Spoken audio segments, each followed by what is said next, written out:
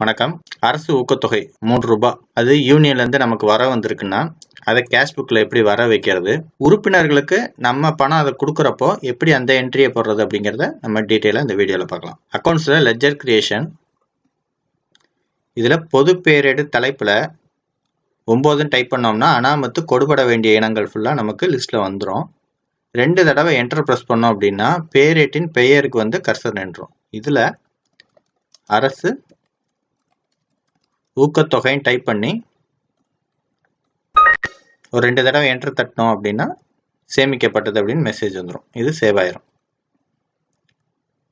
Again பொது பெயரேடு தலைப்பில் 9 type பண்ணுறப்போ லிஸ்ட்டில் அப்படியே கடைசியாக பார்த்தோம்னா 232. இப்போ ஏன் இதில் வந்து 232 கிரியேட் ஆயிருக்கு. அவங்கவுங்க சாஃப்ட்வேரில் என்ன ஹெட்ஸ் கிரியேட் பண்ணோமோ அதுக்கேற்ற மாதிரி இந்த நம்பர் கிரியேட் ஆயிருக்கும்.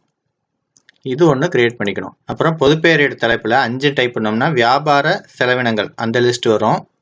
2 தடவை என்டர் ப்ரெஸ் பண்ணால் பேரேட்டின் பெயருக்கு வரும்.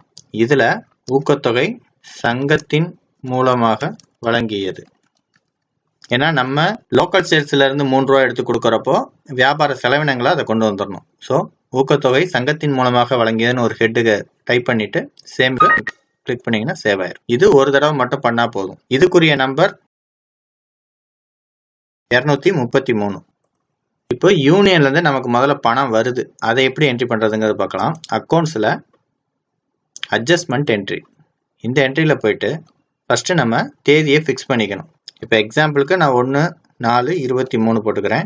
பேரிடு தலைப்பில் வந்து 232, அதில் நமக்கு ஒரு 5000 ரூபா வந்திருக்கிற மாதிரி என்ட்ரி போட்டுக்கிறேன். இதில் எந்த தேதிக்கு வந்துச்சோ அந்த தேதியை கூட நம்ம இதில் மென்ஷன் பண்ணிக்கலாம். 18/31/12/2023 வந்துச்சு அப்படிங்கிற மாதிரி கொடுத்துக்கலாம். அடுத்து பேரேடின் தலைப்பில் பேங்க்கோட நம்பர் கொடுக்கணும். இப்போ மத்திய கூட்டுறவு வங்கி உங்களுக்கு எந்த பேங்க்கில் வருதோ அந்த பேங்க்கை போட்டுக்கோங்க. நான் மத்திய கூட்டுறவு வங்கியை செலக்ட் பண்ணிவிட்டு அதில் இதே தொகையை டைப் பண்ணிவிட்டு செலவு. இதில் நம்ம விவரம் கொடுக்கறதுனா கொடுக்கலாம், அப்படி இல்லாட்டி ஜஸ்ட் ஒரு புள்ளியை வச்சு என்ட்ரு தட்டிடலாம். ஃபியூச்சரில் நம்ம இந்த பேங்கை பற்றின டீட்டெயில்ஸ் எடுத்து பார்க்குறப்போ நமக்கு தெரியணும் அப்படிங்கிறதுக்காக இதில் ஊக்கத்தொகை அப்படின்னு மட்டும் போட்டு என்ட்ரு தட்டி சேமிப்பை கிளிக் பண்ணுறேன். ஒரு 5ஆம் தேதி வாக்கில் நம்ம என்ன பண்ணுறோம்னா இதை உறுப்பினர்களுக்கு நம்ம கொடுக்குறோம். அப்போது பேங்க் மூலமாக பட்டுவாடா செய்கிறோம் அப்படின்னா அதே பேங்க் மூலமாக ஒரு 8000 ரூபா எடுத்து கொடுத்துட்றோம். இதுலேயும் தேதியை மென்ஷன் பண்ணுறதுனா நம்ம மென்ஷன் பண்ணிக்கலாம்.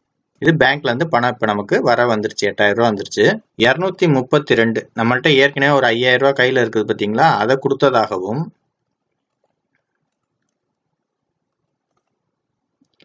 அடுத்து நம்ம சங்கத்திலிருந்து 3000 ரூபா எக்ஸ்ட்ரா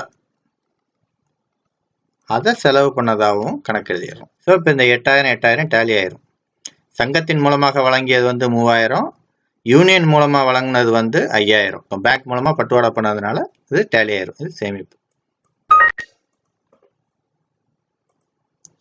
இப்போ அக்கௌண்ட்ஸில் அக்கௌண்டிங் ரிப்போர்ட்ஸில் கேஷ் புக்கில் 1/4/23 to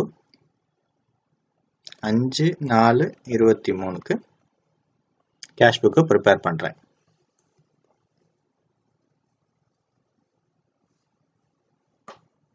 இப்போ இங்கே அனாமத்து கொடுபட வேண்டியதில் அரசு ஊக்கத்தொகை 18 to இங்கே டீட்டெயில் வந்துடுதுங்களா 5000 ரூபா.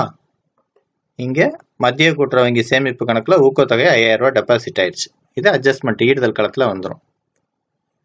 அடுத்து 5ஆம் தேதிக்கு பார்த்தோம் அப்படின்னா சேமிப்பு கணக்கு மத்திய கூட்டுறவு வங்கியிலேருந்து 18/3 வரவு வந்து 8000 வந்திருக்குது.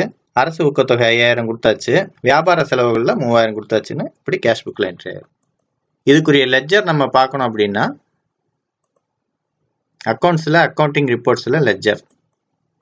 இப்போ ஊக்கத்தொகைக்குரிய லெட்ஜரை வந்து ப்ரிப்பேர் பண்ணுறேன். 1ஆம் தேதி 5000 வந்துச்சு, 5ஆம் தேதி அதை நம்ம பேமெண்ட் பண்ணிட்டோம், பாக்கி எதுவும் இல்லை அப்படிங்கிற மாதிரி இந்த லெட்ஜரை நம்ம வெரிஃபை பண்ணி பார்த்துக்கலாம்.